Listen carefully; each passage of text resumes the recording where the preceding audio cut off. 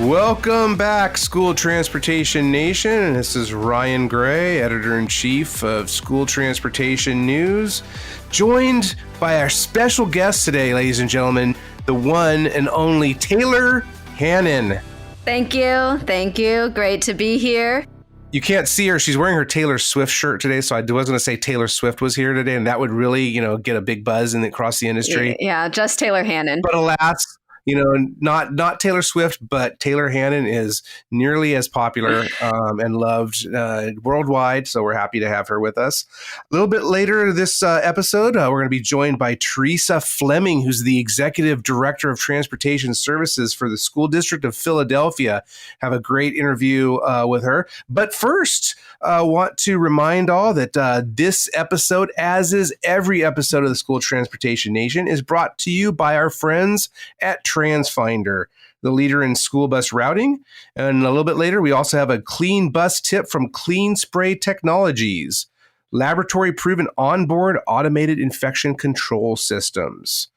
So hot off the presses, nation, we got some word as we were about to record this podcast that the Emergency Connectivity Fund, round 3 for Wi-Fi hotspots on school buses.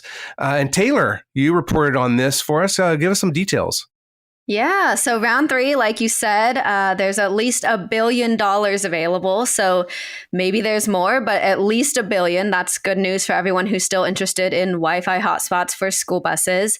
The application period will open on April 28th and it will close just about 2 weeks later. So this one is pretty quick compared to the other two. You had about 45 days. Now it's about 2 weeks. So if this is something that you guys are interested in, if you want Wi-Fi on your school buses, definitely take advantage of this.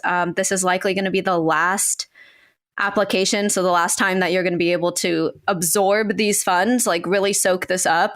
So yeah, coming soon. It's end of next month. I mean, I can't believe it's almost April, but here we are. Yeah. So definitely take advantage. Yeah, application period opens April 28th and closes just 2 weeks later on May 13th. So as with the first two, rounds, we should say, I think there was like 45 days for the first one last June, and then it was a lot shorter time span later in the summer. So the window is not a very big window, but I think it's, unprecedented still federal funding that we're talking about for school buses, or at least that school buses are eligible for. And, like you said, Taylor, for the foreseeable future, this could be the last opportunity for student transporters to tap into federal money for school bus Wi-Fi hotspots. We know that there's been pressure on the FCC to rewrite its rules on the federal E-rate program, which funds school buildings and libraries with technology such as Wi-Fi to allow school buses. And, there's been several Senate bills in Washington, D.C. that have addressed that. There was one as recently as about a couple years ago, but those really have died on the vine. So we'll have to see what happens. But speaking of technology, let's hear what our episode sponsor TransFinder has to say. Routing software? Parent app? Driver app? Well, TransFinder's got them all. It's called the TransFinder trifecta, folks. Route Finder Plus, Stop Finder, and Wayfinder. 3 solutions that work seamlessly together. But wait, there's more.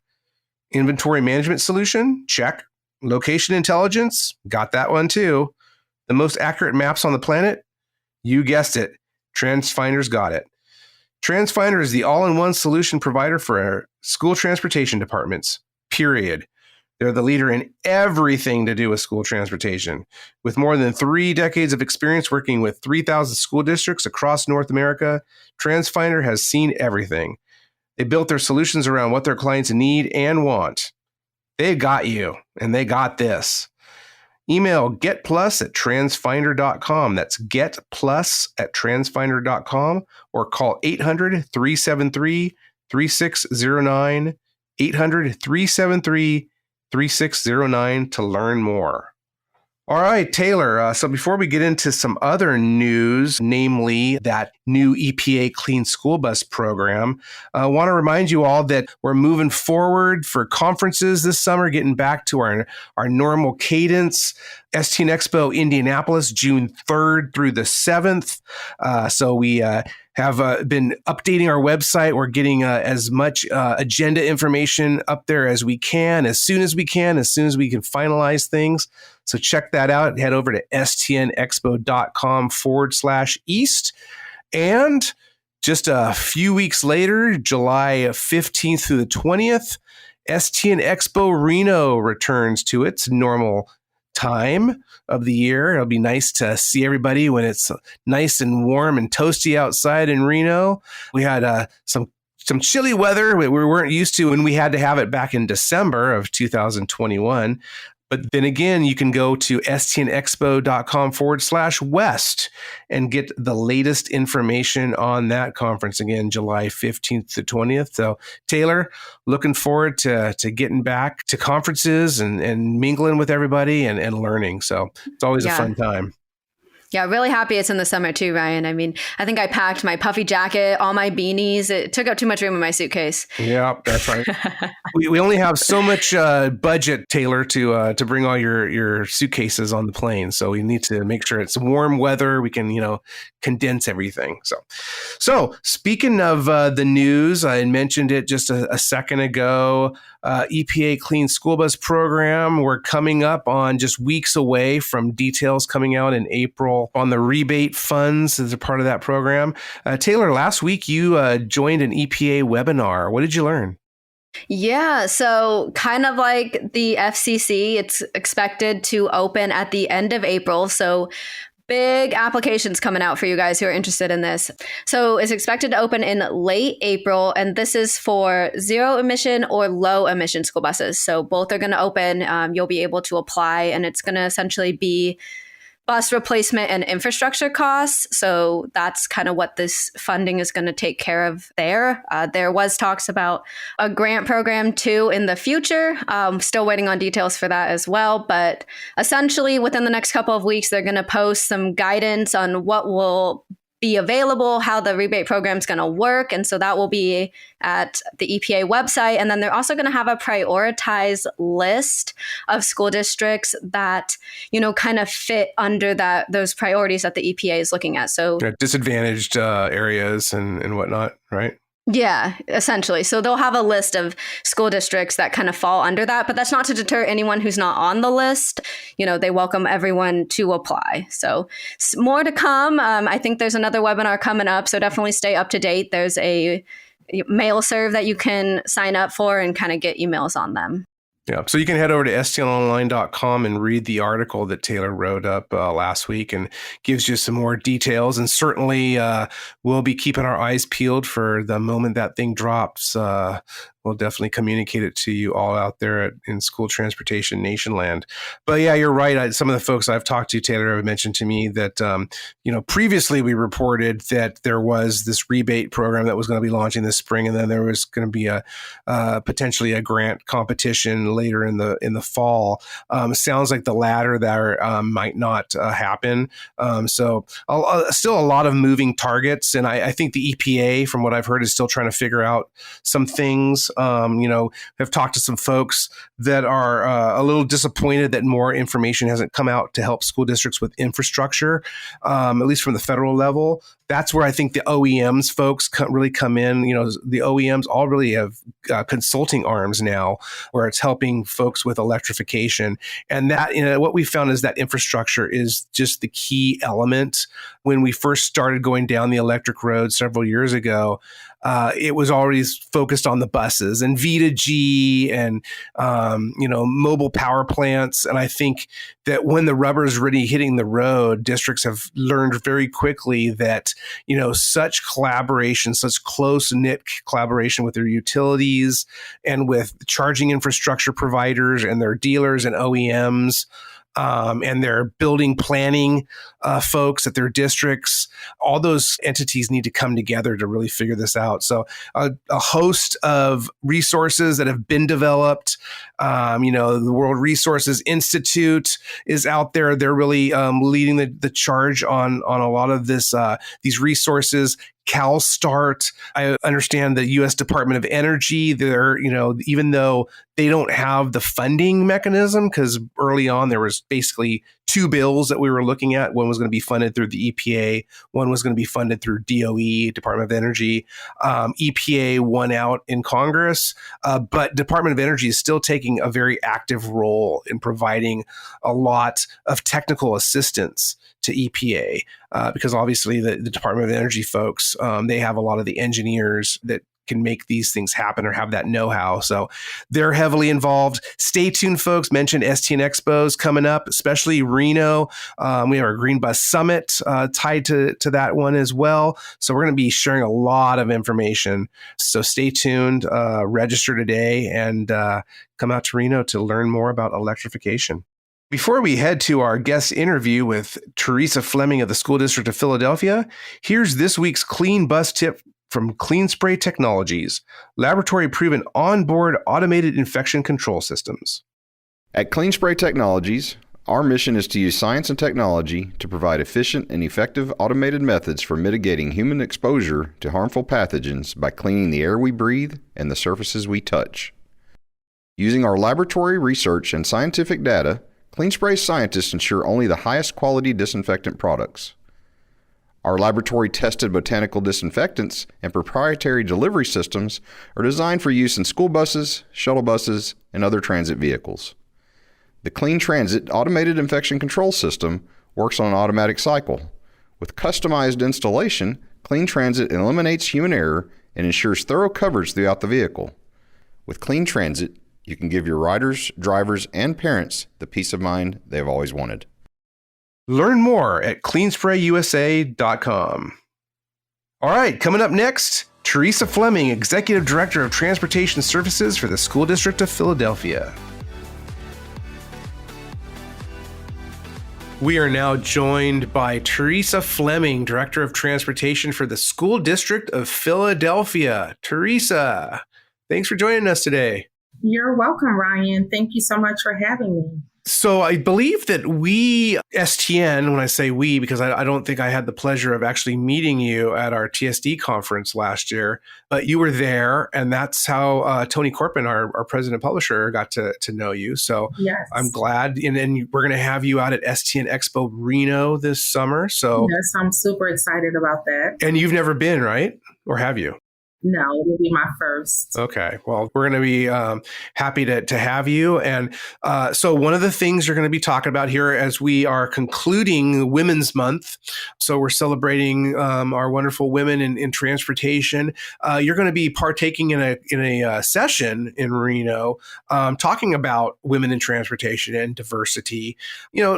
As we get started with our conversation today, why don't we talk about diversity and talk about what that means to you and how you bring that forward in your everyday life, at work, in your leadership position, and even at home in your personal life. What does diversity mean to Teresa Fleming? Well, diversity for me definitely means inclusion and being able to encompass individuals, even like you said, in your personal life, your family members from all different perspectives. We're all unique individuals. And so having a respect for the fact that what I may like or my preference for doing things is not always the same way another individual may view things out of their lens. And so in the workplace, it's important for me to ensure that we have a diverse team because, in the city of Philadelphia, we have a very diverse population of students from all different nationalities, religion, demographics, social experiences, et cetera. So being able to have staff that can relate to the different facets of students that we deal with is very important. And I think it also just strengthens our team and our overall experience in providing best-in-class service. Mm-hmm. So I wanted to ask you about that diversity of School District of Philadelphia. So for our listeners at home or at work, can you give a kind of a rundown of the operations or a snapshot of Philadelphia? How many kids are you transporting every day? I know that there are certain pockets, as in with most urban areas, big cities, where you're servicing children that are maybe more at a disadvantage than others. Take us through kind of a day in the life of Philadelphia transportation, if you would. So here in the city of Philadelphia, our school district, we are responsible for providing transportation to and from school for approximately 119 students that are eligible.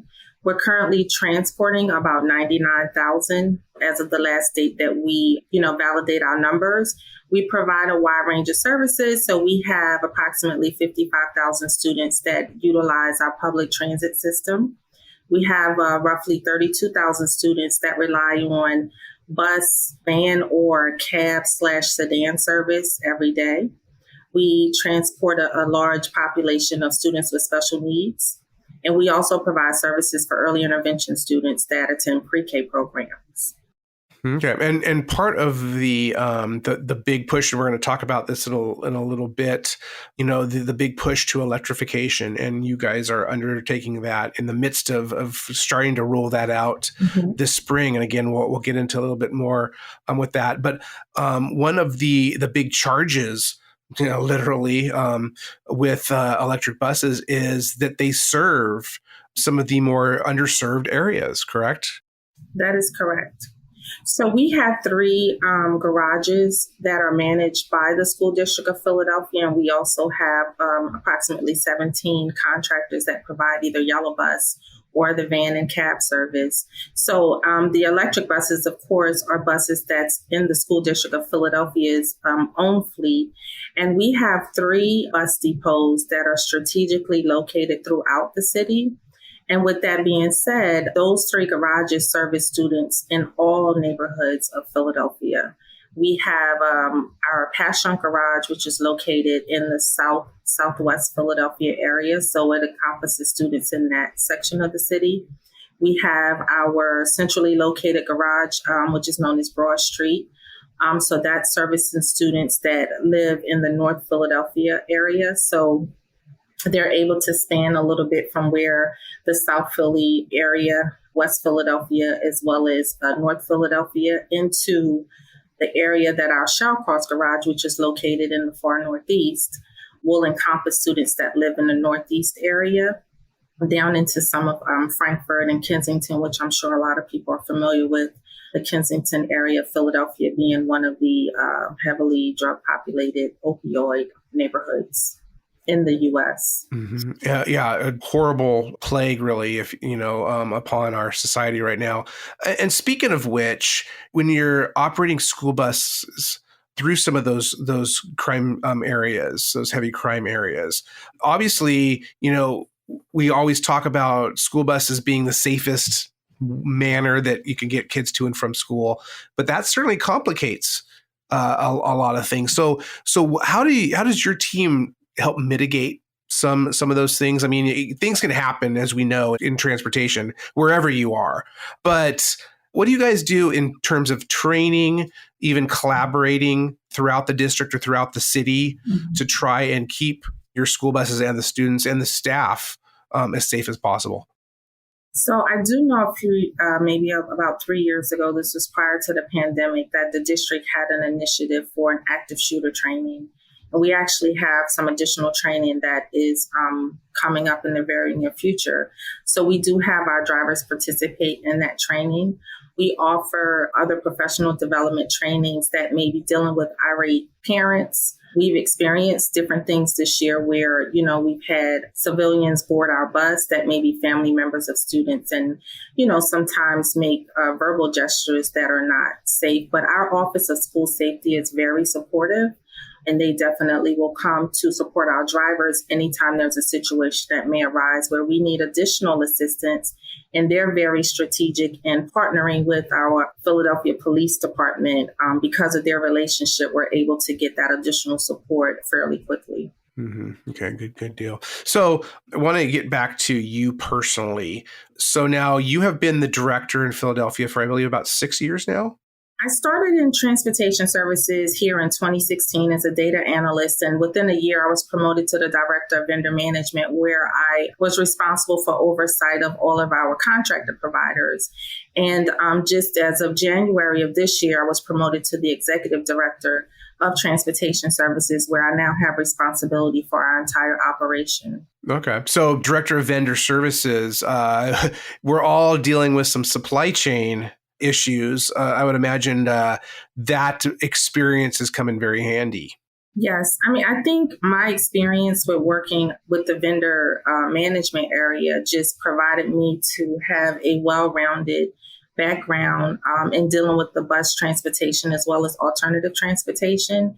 And as you know, sometimes students that are being transported in these smaller vehicles, vans and sedans, et cetera, are students that need a more restrictive environment because they may not have been successful on the bus, which then leads to developing an in-depth experience of how to navigate the behaviorally challenged students and being creative with coming up with ideas and developing partnerships with other key departments within the district, such as Office of Specialized Services, and having a more rounded experience, not just of the yellow bus side, but also alternative transportation and students with special needs.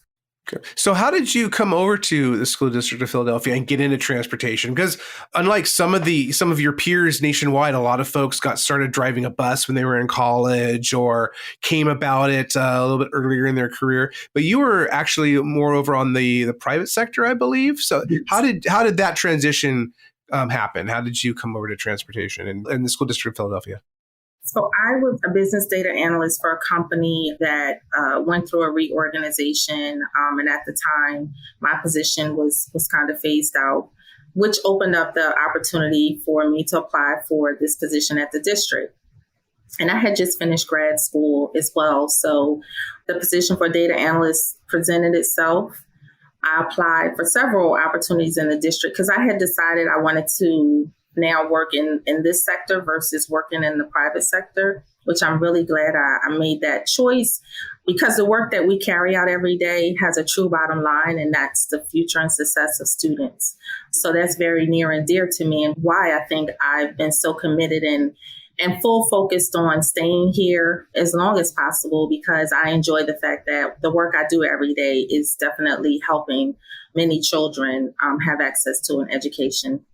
And your education is in computer information systems, correct? As you're talking about, you're a data analyst. So how do you leverage that? Obviously, there's a lot of data now, especially with the school buses. They're like rolling computers. Never like to use the word easy, but how has that helped you, especially when now that you're in that leadership role at the district and you have that data background, that data education, computers, and being able to work with your staff, and what you need, and you kind of know the lingo. How important is that, and how has that helped you?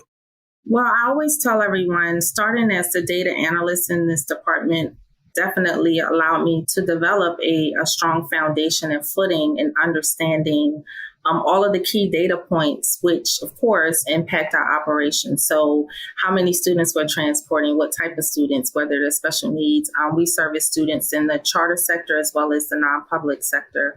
So just having that foundation of what our operation is based off of data points, also being able to do some data analysis on the garage operations side around the overtime, just monitoring things around daily operations, routes that are being doubled, and how the attendance, just the trends of our daily call outs, et cetera. So all of that has helped me to build like stepping stones to where I am today. And I can easily identify numbers sometimes better than the folks that are doing them, unfortunately. So I can look at something quickly and say, this number isn't right. So I think it just helps me with just being able to, I can run reports if I need to, but I also have a team that I can rely on to provide that information to me. But I just think having that technical background just helps when it comes to different projects that we have around GPS implementation and transporting and exporting and importing of data between the different systems, whether it's the routing software, GPS, et cetera. Mm-hmm. So I was going to ask you how those data conversations drive your technology needs, how you use those to identify either how current technology is working or needs to work, or perhaps what new technology the district needs? So I'm not as involved from an IT perspective. We do have a team that fully supports our routing software team. They have the relationship with all of the deep and technical needs when it comes to anything that we need to pivot on, improvements of our softwares and things that we use. So I can't say that I am the expertise in that area, because that's not something that I'm able to focus on with all the other things that I'm engaged with. But is there any technology kind of on your wish list that, so why don't you take us through, so you mentioned, like, everyone seems, or at least a lot more people nowadays have GPS on school buses, or at least as replacement buses are coming in, those buses are having GPS. Take us through real quickly what technology is on Philadelphia school buses and perhaps some of the things you're looking to transition to start implementing. So we currently have GPS on all of our buses, and our contractors also have compatible GPS, whether it would be the GPS provider that we use, or if it has to be something compatible, because we have a single source platform that allows us to view all of our buses in one software platform, which was really instrumental for the district because we deal with so many different garages, if you will. Our next phase of that is being able to fully implement our Where's the Bus app, which allows us to have parents receive notifications of the status of the bus, if the bus is running late. We did pilot that last year. Of course, with COVID, it has kind of delayed some of the actual rollout of certain programs, but that's something that we are actively working on. The school district of Philadelphia, we also pivoted to a 3-tier transportation model last year, which also changes the way we view our data now, because we have routes and runs, where in the past we only had a set of routes. So we do have to go back to the drawing board on some of the foundation of our data sets to make sure all of that's aligned in order for our Where's the Bus rollout to be truly effective and accurate. Mm-hmm. And part of that is getting parents to actually use it, right? And communicating them. Because a lot of we talk so much about parents expect some of this stuff, but finding that actually getting the parents to download it and use it is a challenge. The participation. Yeah. So how do you communicate that out effectively enough? And we try to leverage the value added pieces for the schools, such as the school view. So we provide the schools with the ability to view the buses that are assigned to their school. So that kind of adds that value for the school to kind of weigh in and want parents to, or at least push for parents to be more interested in signing up as well. Because if you have the buy-in from the school, understanding that that's going to relieve some of the pressure for them. If they have parents calling them up, trying to check on the status of the bus, they now have visibility, and they can also redirect their parents to saying, hey, there's a really cool app that you could sign up for. So that's one of the avenues that we try to use as leverage to promote the program. And are you looking at having student tracking be a part of this as well? That would be another phase. The Where's the Bus app would be our first goal. We haven't discussed or even moved to the discussion of implementing the student tracking. I know that's big in a lot of districts, and I'm sure that's something that will be on our radar soon as well. Okay, great. And so, of course, when we're talking about technology, I mentioned it earlier, electric school buses. So I want to kind of land us there on that topic, and we have plenty to talk about with that here in the last several minutes. Right now, School District Philadelphia, as we record this here in mid-March, you're looking at starting a pilot pretty soon. Can you tell us about that? That is correct. So we have possession of 5 new 2021 electric school buses. We plan to pilot those buses after our spring break. So late April to early May is when we will pilot them. Typically, our school bus fleet for the district managed buses are around about a 48 passenger or 66 passenger bus. These buses that we have are 71 passengers, which are fairly large than what we're typically used to transporting. based off of availability of what was available to purchase at the time, and satisfying our grants, we did purchase these 71 passenger buses. Now, just to take a step back, I did mention that we provide service to a large population of students with special needs. Our buses with our school district managed bus routes are performing door-to-door or curb-to-curb pickups, which means that these buses will have to be strategically placed on routes that will allow a driver to safely navigate that bus route based off of the size of that bus. So what we're doing in this planning phase is identifying a set of routes that we feel would be best suited for these 5 buses, and then ensuring that those drivers are going to be comfortable with the bus, the size of the bus, and of course, driving them. So over the next few weeks, we will be working to iron out all the details so that we can begin our pilot in late spring and then put them into full operation for our extended school year, which starts in late June. Mm-hmm. And then, of course, since you've had the buses now for, when did you actually take receipt of the buses? It was in February. I can't remember the exact date. Okay, that's okay. Well, but my point being that it's not like they've just been sitting there. You have already started a lot of the work, working with your utility, because there's a lot of work that has to go. I think you mentioned when we were talking the other day that there's some temporary chargers in place, but you have to go about the whole process of making those permanent, right? And working with the utility. I think there's some construction going on in one of your facilities. Yes. One of them, I think, that can't even work with electric the way it's set up, or it's a little bit older. So tell us a little bit about some of that pre-work that's been happening as you prepare to launch this pilot.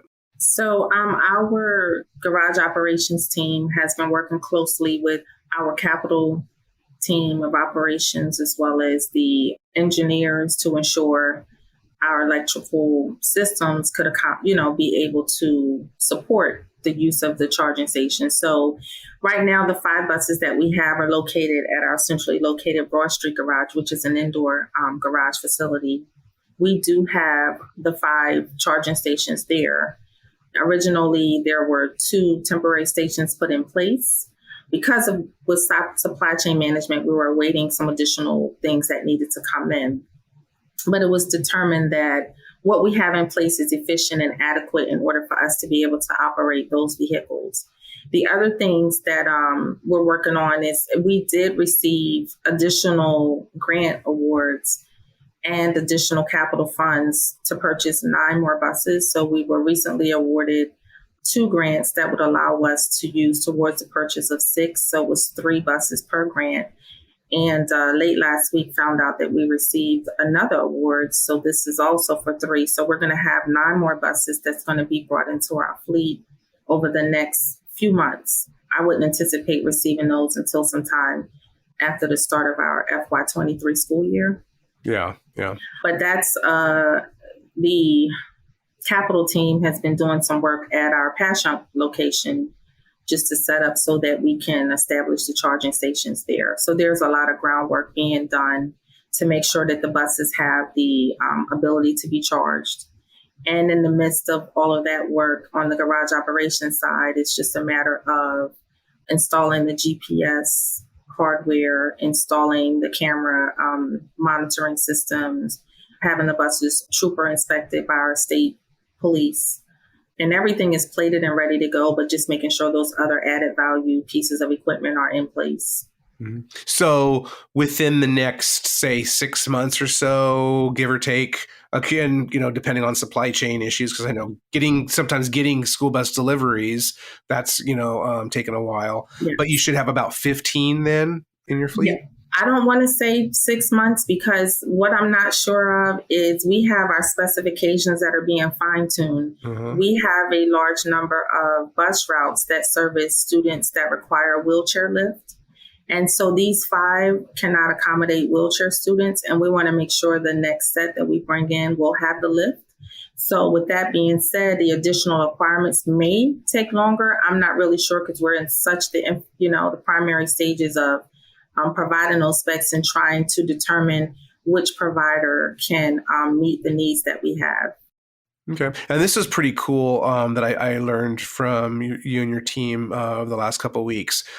After you guys do this pilot test over the coming months, looks like some point next school year, you're going to start an air quality test comparing some of the new electrics with some comparable newer or later model diesel buses. That is correct. Can you tell us a little bit about that? Yeah, so we, and this is going to be used for educational purposes. We're going to have the air quality device installed on some of our later model diesel buses, and then to test that air quality and then provide the same analysis on our electric buses just to determine or have a study to compare for the differences. But again, it's definitely going to be used for educational purposes. Yeah, not scientific data. Yeah. I know your sustainability manager, Megan Gardner, was adamant about that when we were talking about that the other day, but still pretty cool. And like you said, in an education standpoint to share with your community, right? That you're investing in electric buses. And this is some of the benefits that they could expect as the fleet hopefully matures. Yeah, I think it's very important because electric buses are so brand new, and a lot of the information that may be shared is based off of the expectations of an electric bus. But to have some concrete information that can be shared, I think is definitely important and valuable to both the community and to the students. And in closing too, talking about the students, I know that transportation has been running a pretty cool apprentice program, specifically, I believe, for maintenance. So working with some of the vocational students in the district, and that you've actually utilized that program to actually hire on full time some apprentice mechanics. Yes, we've had that program in place for a few years now. So we have mechanic availability staff for 18 mechanics across the 3 garages. So of the ones that are currently staffed, one of those individuals is an apprentice. He's going to soon be promoted into a full-time mechanic. And we've already received confirmation from the automotive program of one individual that's going to be joining us once he graduates as an apprentice. We would like more because we do have about 3 vacancies. So ideally, I was hoping that we could secure 3 students. And I think it's important to be able to create a pipeline of students that are able to fill some of these positions that districts have, not just for transportation, but other areas as well. Yeah. So you just have to have that pipeline for school bus drivers too. You're doing an apprentice program for school bus drivers. So I think you had mentioned to me, I think you're like 88 or so drivers short of being fully staffed. So we have the budgeted vacancies. We have 97 budgeted vacancies that we can staff for. But as far as the number of routes assigned that's being operated by the district, we're not short on the number that we're operating for our district garages. But as far as just filling those vacancies that we're budgeted for would be fantastic in allowing us to grow our operational capacity and the number of routes that are serviced by the school district. Yeah, give you guys a lot of flexibility, sub drivers, and just be able to do more. Yeah, and it would help too because it helps provide some leverage with the contracted services. Mm-hmm. Absolutely. Well, Teresa, I want to thank you so much for coming on and sharing your experience and what's going on with Philadelphia. Looking to hear and learn some exciting new stuff that you guys are working on. So thanks again, and we'll talk very soon because we're going to have, as I mentioned, we're going to have you out in Reno. So if anybody out there in Transportation Nation podcast land coming to Reno, hey, you'll get to meet Teresa in July. So Teresa, thank you so much. Well, thank you. I'm really excited again. I appreciate this opportunity, and I look forward to meeting you in person in Reno, and I can share great news about the pilot that we conducted by then. Looking forward to it. Thanks again. All right. Take it easy. You too. Take care. Bye-bye. Thank you to Ryan and Teresa for joining us today. Truly a stellar interview by Mr. Ryan Gray. Knocked it out of the park again. Shout out to this episode's sponsors as well, TransFinder and Clean Spray. Thank you guys. Visit stnonline.com for coverage on all topics relevant to the school bus industry and learn more about our upcoming shows at stnexpo.com. Register for STN Expo Indy in Reno 2022. We would love to see you guys there. So that's stnexpo.com. stream, follow, tell all your friends about this podcast. You can find it at stnpodcast.com or wherever y'all listen to podcasts, Apple Podcasts, Spotify, the whole 9 yards. Give us 5 stars. You know, Tony's not here, but I know he wants those 5 stars. So great episode this week. See you guys next week.